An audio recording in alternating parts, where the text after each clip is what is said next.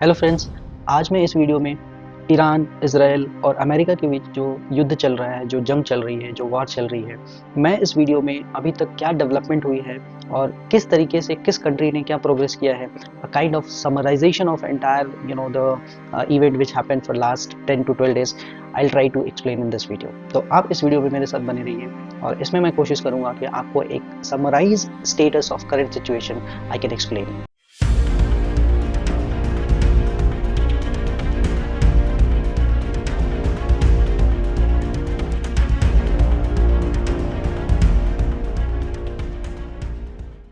बात करते हैं हम 28 फरवरी 2026 की। ये वो दिन था जब अमेरिका और इजराइल दोनों ने मिलकर ईरान पे हमला किया। ईरान पे हमला करने का मेन ऑब्जेक्टिव था कि वहाँ जो करंट रिजीम है, जो वहाँ पे जो जिसका शासन चल रहा है, उसको डिस्ट्रॉय करना।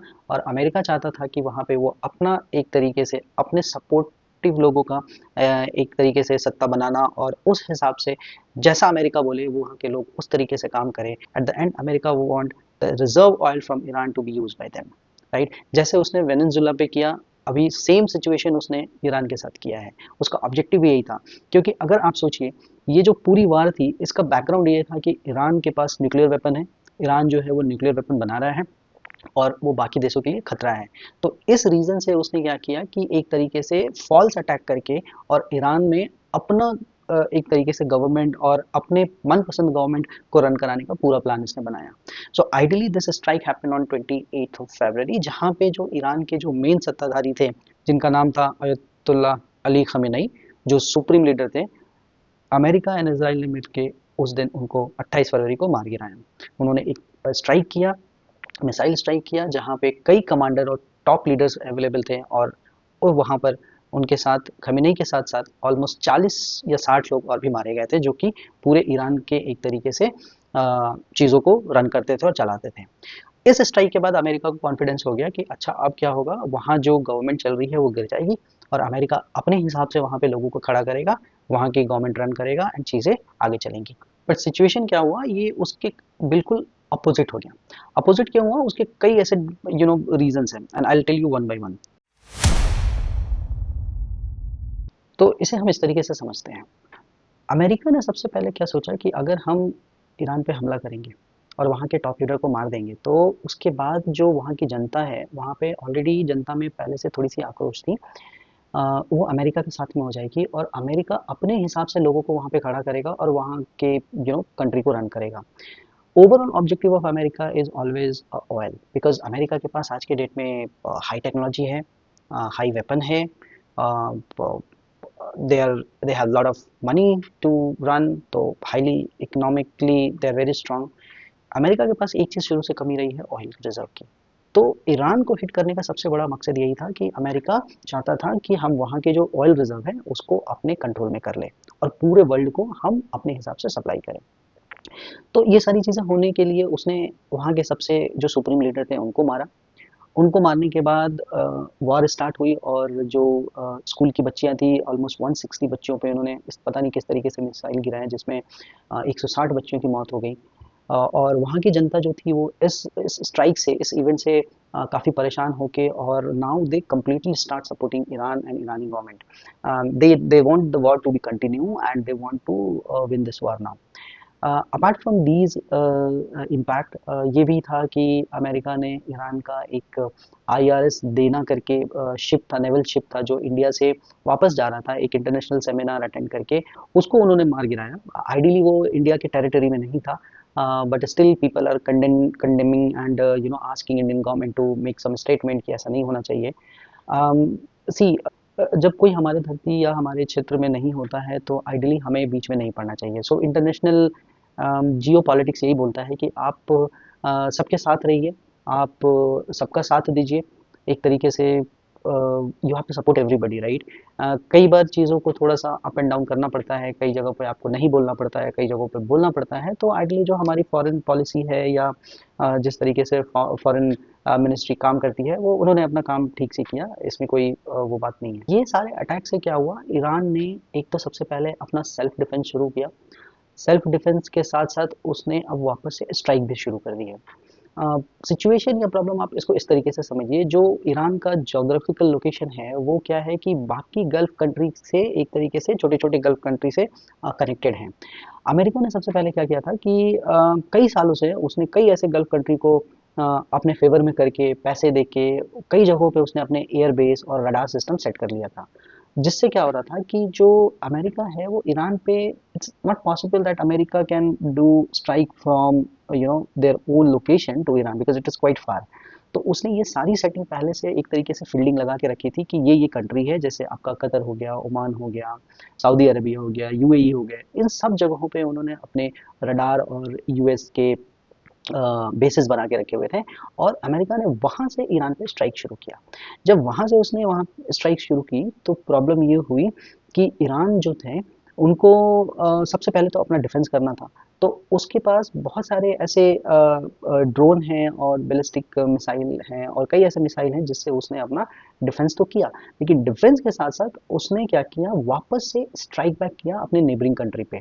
जो भी गल्फ के नेबरिंग कंट्री हैं, जो ईरान के नेबरिंग कंट्री हैं, उस पे उन्होंने actually intentionally, they don't want to hurt any civilians, but हाँ उसने ये बोला कि आपने अमेरिका को जगह दी है, आपके वहां से अमेरिका हिट कर रहा है, आप अगर उसे नहीं रोकोगे तो मैं तो स्ट्राइक करूंगा।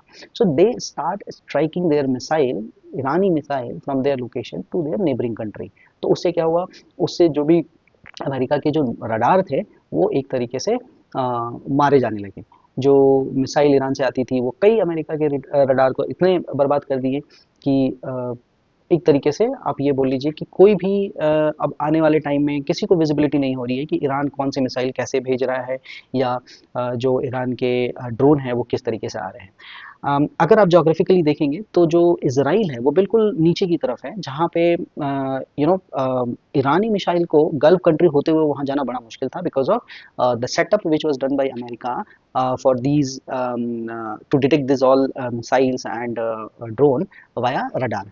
तो ईरान ने सबसे पहले उस सारे रडार को खत्म किए, और अब क्या कर रहा है कि ईरान बैक टू बैक एक के बाद एक हिट किया जा रहा है इसराइल पे। हालांकि इसराइल की media, they are not allowing to share any video और फोटोग्राफ्स, बट कुछ ऐसे वीडियोज एंड फोटोग्राफ वहाँ से आ रहे हैं कि वहाँ भी बहुत ज़्यादा तबाही हो रही है। तो अभी तक हमने ये देखा कि ईरान में अटैक क्यों हुआ, अमेरिका का ऑब्जेक्टिव क्या था, और उस अटैक से जो नेबरिंग गल्फ कंट्री थी उन पे क्या इम्पैक्ट हुआ। अब तीसरी चीज़ हम ये समझते हैं कि इंडिया के साथ इसका क्या रिलेशन है, इंडिया किस तरीके से बिहेव कर रहा है।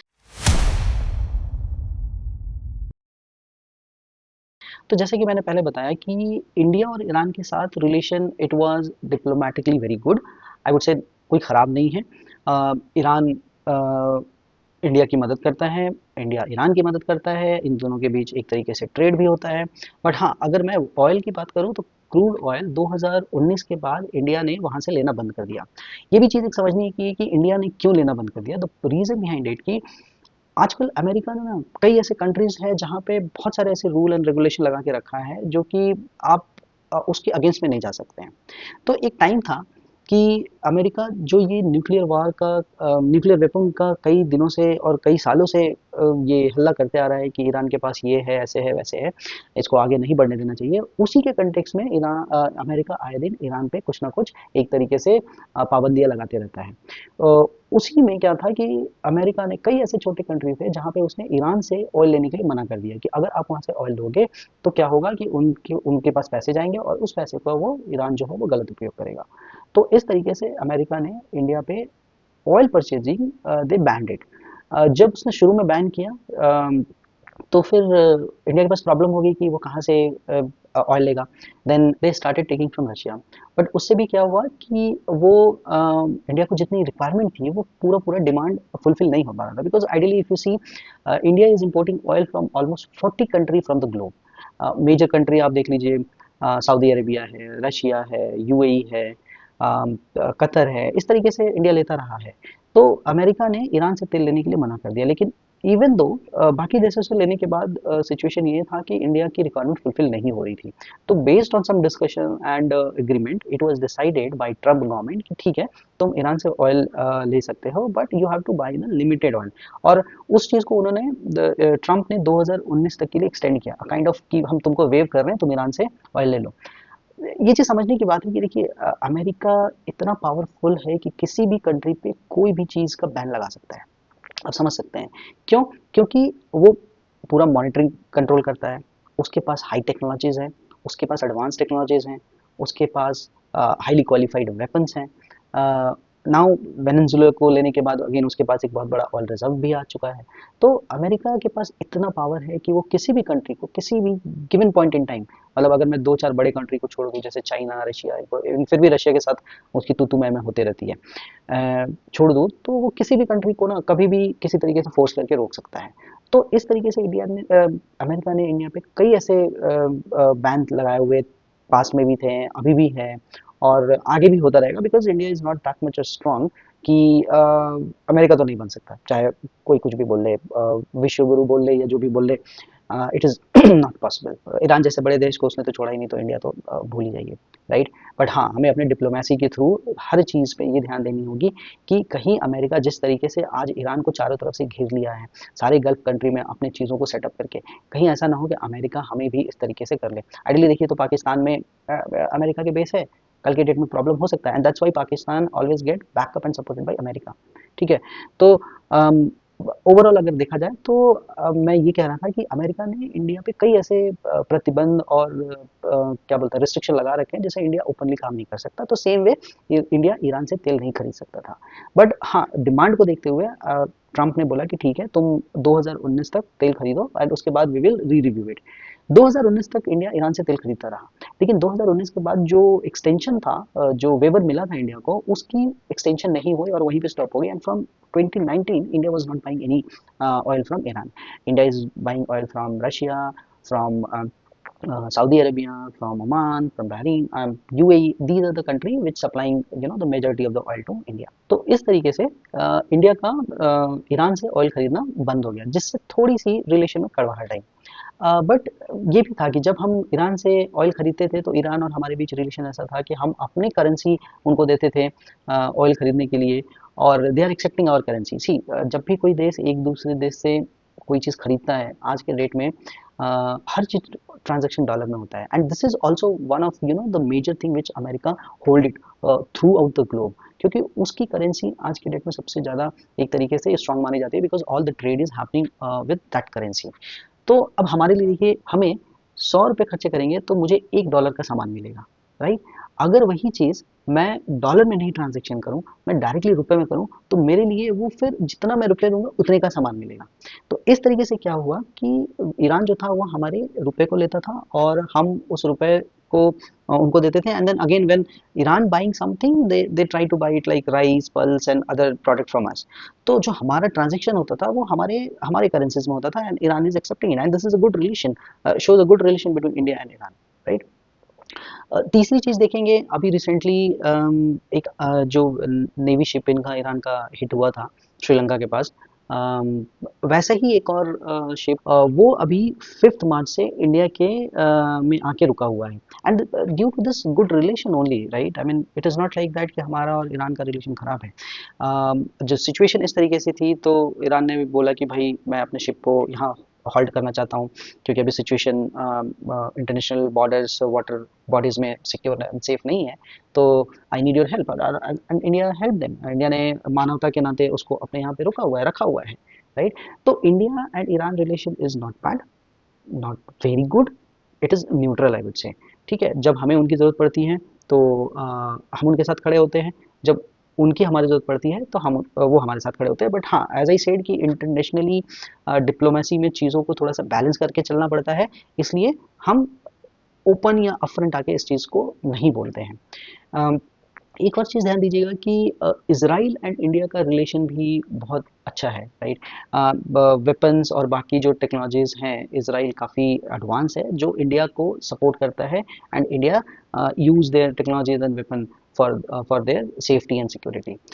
बट ईरान एंड इसराइल के बीच झगड़ा है, तो सिचुएशन एक तरीके से ये ट्रायंगुलर बन जाती है कि यार मेरे दुश्मन का दोस्त मेरा भी दुश्मन हुआ, तो ईरान एक तरीके से ये भी देखता है कि तुम इसराइल से दोस्ती करके बैठे हो, तुम मेरे लिए दोस्त नहीं हो। बट हाँ, मतलब it is not in open forum. And what ever incident happen, जैसे खमीनई की मौत हुई, 160 बच्चियों के ऊपर जो ये हमला हुआ, और IRS देना को हिट किया गया, मतलब ईरान के जो भी नुकसान हुए, फाइनली इंडिया ने 5 मार्च को इंडिया ने आके इन सब चीज़ों का एक तरीके से कंडोल किया है, और उन्होंने ईरानी एम्बेसी में जाके साइन किए हैं condolence. So basically yes, we support Iran and we have a good relationship with Iran, right. सो इस तरीके से हम हमारे रिलेशन इतने बुरे नहीं हैं उनके साथ। अब हम बात करते हैं कि ये सारे ट्रांजेक्शन्स में अभी सिचुएशन कहाँ पर है और क्या है।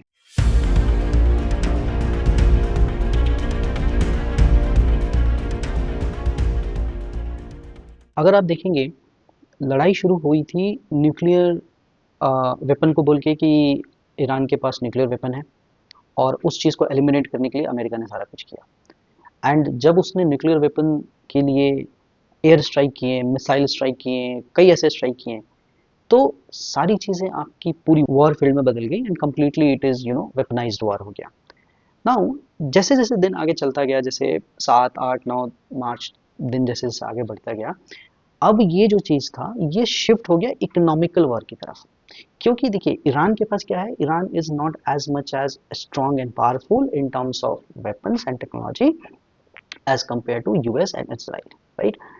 तो ईरान के पास एक ऐसी चीज़ है, और एक ऐसा बोल लीजिए नव्ज है, जो उसने अभी दबा दिया है, जिससे पूरे वर्ल्ड में एक तरीके से पैनिक सिचुएशन आ गया है, right. There is a the way, जो ईरान और बाकी गल्फ कंट्री के बीच का जो एक ट्रेड रास्ता है, जिसको हम स्ट्रेट ऑफ हॉर्मुज बोलते हैं, that is a stretch of almost 30 to 33 kilometre of sea. जितने भी ट्रेड होते हैं गल्फ कंट्री से और यूरोपियन कंट्री से, that is happening via that route only.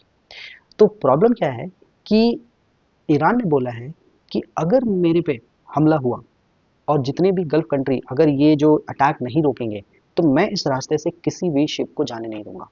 और वो जो शिप है, वो शिप मेजरली क्या लेके आते हैं, मेजरली क्रूड ऑयल लेके आते हैं, which gets distributed to different countries, which gets distributed to different countries of the world।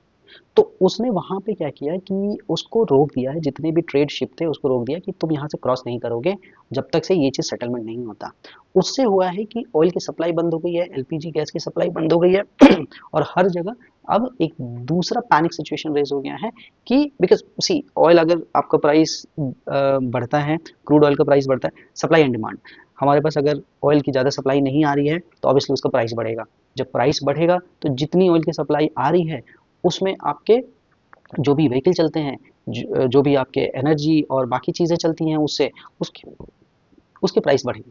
और जब उसके प्राइस बढ़ेंगे तो any which ways it will impact to every single home, and that is a cascade effect of global economy problem, right. तो ये अभी वही situation हो गया कि इस वॉर की वजह से ईरान ने बोला है कि ये सेटलमेंट तो अभी होने जा नहीं रहा है, और मैं यहाँ पे इस चीज़ को रोक रहा हूँ, और जिसको जो करना है वो कर ले, राइट। तो जो बाकी कंट्रीज हैं आज के डेट में, बेसिकली जो उस ट्रेड रास्ते हैं वहाँ से, आई थिंक सिर्फ चाइना के शिप को अभी उन्होंने अलाउ किया, because there is a good relation between Iran and China. China buy much more oil from them, and they also support Iran। तो ईरान ने चाइना के लिए अलाउ किया है, बट उसके अलावा बाकी कंट्रीज के लिए नहीं किया है, राइट। तो इस तरीके से जो स्ट्रेट ऑफ हॉर्मुज जो है, वो रास्ता बंद होने की वजह से अभी ग्लोबली हर जगह ऑयल का प्रॉब्लम हो गया है, और ऑयल के प्रॉब्लम की वजह से सब जगह पैनिक सिचुएशन आ गया है। इवन अगर आप इंडिया में देखें, तो बैंगलोर, मुंबई, पुणे, चेन्नई, मतलब ऑल मेजर सिटीज़ में LPG की तो प्रॉब्लम हो ही गई है। अभी भी इंडिया के पास कुछ रिजर्व ऑयल पड़े हुए हैं, जो कि इंडियन गवर्नमेंट कह रही है कि दिस इज़ द सिचुएशन जहाँ पे हम इस टाइप के सिचुएशन के लिए अपने ऑयल रिजर्व रखते हैं, और हमारे पास ऑयल रिजर्व है अगले शायद 47 या 45 डेज के लिए। बट हाँ, अगर ये लड़ाई लंबी चली तो then there will be problem, and I think nobody knows what's going to happen at the same time US again, as I said कि US हर चीज़ कंट्रोल करता है, इवन हम पे कई तरीके से प्रेशर और टैरिफ लगा के बैठा है। तो US ने भी थोड़ा सा एक लूज थ्रेड किया है कि तुम India, you can go and by oil from Russia for next 30 days. तो हमें जो उस रास्ते से ऑयल आने में और सप्लाई होने में प्रॉब्लम हो रही थी, we will increase our purchasing और इम्पोर्ट फ्रॉम रशिया। तो फिलहाल सिचुएशन बहुत वर्स नहीं है, बट अगर ये लड़ाई लंबी चली, then there will be of course there is going to happen a big problem. So I think this is what I wanted to explain, the situation, current situation, relation, and what it all trigger. So overall today I think it is 12 days of war, and with this 12 days अभी तक जो भी हुआ है उसके हिसाब से अगर अल जज़ीरा और बाकी न्यूज़ चैनल की बात करें जहाँ से हमें खबरें आ रही हैं, ईरान का कहना है कि ऑलमोस्ट उनके 1700 सिविलियंस मारे गए हैं, which is not good of course, right. Israel का डेटा नहीं आ पा रहा है बिकॉज ऑफ इसराइल ने सारी चीज़ें बंद कर रखी है। बाकी गल्फ कंट्री में ईरान ने जो भी हमला किया है, एक तरीके से देखिए तो उसने सिविलियंस पे डायरेक्ट हमला नहीं किया है, उनको रोकने के लिए या उनको डराने के लिए, हड़काने के लिए, इन सब चीज़ों के लिए ईरान ने उन पे फायर किया है कि यार तुम अमेरिका का साथ दे रहे हो, तुम हमारे पड़ोसी मुल्क हो, और अगर हम आपस में ही मिलके नहीं रहेंगे और तुम हमें मारोगे तो फिर तो आपको मेरे से भी लड़ाई करनी पड़ेगी, राइट। तो इस तरीके से सारी चीज़ें अभी वहाँ पे चल रही हैं, विच इज़ नॉट गुड।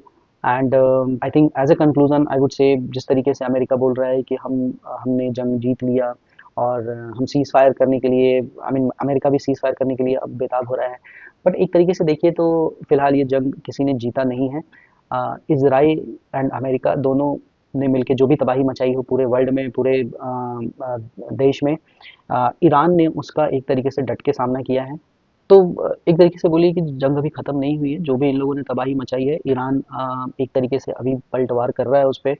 उसने सारे यूएस के रडार सिस्टम को फिर ख़त्म कर दिया है, जिसकी वजह से अब वो फ्रीली कोई भी ड्रोन और बाकी मिसाइल मार पा रहा है जो कि डिटेक्ट नहीं हो पा रहा है इसराइल से, राइट। तो अगर वैसे देखें तो फिलहाल तो दिख रहा है ईरान का पलड़ा भारी। सेकेंडली ऑल्सो ईरान को इमोशनली काफ़ी एक तरीके से बैकअप और सपोर्ट मिला है दूसरे कंट्री से भी, जिस तरीके से वहाँ पे कई मासूम लोगों की जानें गई हैं, उस हिसाब से अगर आप देखें तो ईरान को एक इमोशनल सपोर्ट भी मिल रहा है। और तीसरी सबसे बड़ी चीज़ कि ईरान ने जो इकोनॉमिकली सबको एक तरीके से सबके गले में फंदा लगा दिया है, वो भी एक तरीके से ईरान के सपोर्ट में है। तो ओवरऑल ट्रम्प चाहे जितना भी बोल लें, as per my understanding Iran still have a upper hand and they are doing well. हालांकि वॉर किसी के लिए अच्छा नहीं होता, बिकॉज तो हम यहाँ घर में बैठे हमें इतना कुछ पता नहीं लग रहा है, उनसे जाके पूछिए जिनको चोटें लग रही हैं, जिनकी जानें जा रही हैं, जिनकी हड्डियाँ टूट रही हैं, एंड जिनके घर परिवार बच्चे सब तबाह हो रहे हैं। तो war is not good, even anybody have a upper hand, it is not a boxing और swimming रेस कि अगर हम जीत गए तो ठीक है हमें मेडल मिलेगा। यहाँ पे हर कंट्री को एक बहुत बड़ा नुकसान इसमें झेलना पड़ेगा, और आज नहीं तो कल, अभी तो सिचुएशन को लोग मैनेज कर रहे हैं, but yes as it overall economically globally going to have a different direction, and people will think through from again different perspective, चाहे वो पूरी गल्फ कंट्री देख लीजिए, चाहे वो अमेरिका या वहाँ के लोगों को देख लीजिए, या फिर ईरान को देख लीजिए और दूसरी कंट्री देख लीजिए। अब सबका नज़रिया डिफरेंट हो जाएगा चीज़ों को सोचने के लिए। They have to restart think from now, and they have to work towards some different policy and बाकी चीज़ों को। तो इस तरीके से देख लीजिए ये जो वॉर है ये कई चीज़ें लोगों को सिखा के जा रही है कि भाई कोई किसी से कम नहीं है, ठीक है। अगर आपने ईरान को छोटा समझा तो आपकी गलती थी, आपने फील्डिंग लगा ली गल्फ कंट्री पे, बट गल्फ कंट्री को भी ये समझना चाहिए कि अपने नेबर से कम फ्रेंडशिप रखें, अपने पड़ोसियों से रखें। आज नहीं तो कल जब भी कोई हेल्प करेगा तो आपके नेबर ही करेंगे, ठीक है। लड़ाई झगड़ा हर जगह होता है, हमारे घर में भी होता है, अगल बगल भी होता है, ये तो इतना बड़ा आई वुड से वर्ल्ड है। तो इस तरीके से always protect your neighbour, save your neighbor, right, and do not get into war because it will not give you peace. After war, the peace which people say it is peace, that peace is different. It is not peace, it is a silence. So I hope I'm able to explain and give you a brief summary of last 10 to 12 days what happened and what is going on, जिससे थोड़ी सी आपको एक idea मिलेगा. In case I get some more insight, some more update, I'll get back to you with my another video. I think that's all for today. Thank you so much for watching this video. Have a good day. Nice evening. Bye bye.